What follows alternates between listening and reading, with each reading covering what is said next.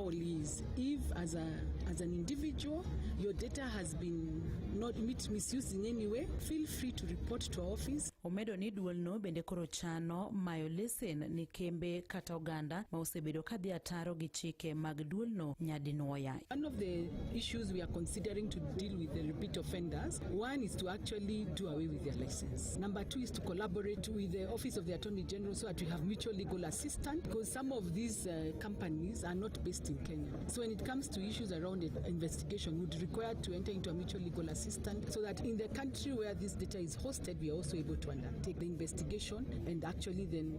Komachielo koth mapek sani koro rocho chenro mag ohala emoko kuom chirni mayudore pacho kae ka jo ohala kaachiel gi jonyiewo to koro temo matek mar kedo gi midhiero makamano. E chiro ma Marikiti mayudore boma ma Nairobi, jo ohala matimo ohand uso lemo kod mwandu mabende kethore kinde ma piny ng'ich ywak mokalo. Sasa mvua unaona kama sasa inafaa watu wanauza na kuna drizzles. Kwa hivyo kuna wale wengi wauzaji wa hapa soko ni retailers. Na unajua watu wa nyumba sasa wanaogopa kuingia soko juu kunanyesha. Naitwa Christine Mukami, na so hizi nyanya bei yake inapanda na itaendelea kupanda maana kuko na mvua.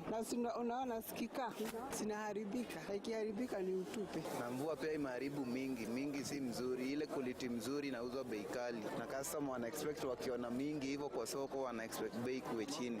Matope ni shida watu waigi huku kwa soko ndani. Sinaona wengine wananunua huko nje. Sasa sisi tuko huku ndani ndio tunateseka juu wale wanaogopa matope, wale wananunua.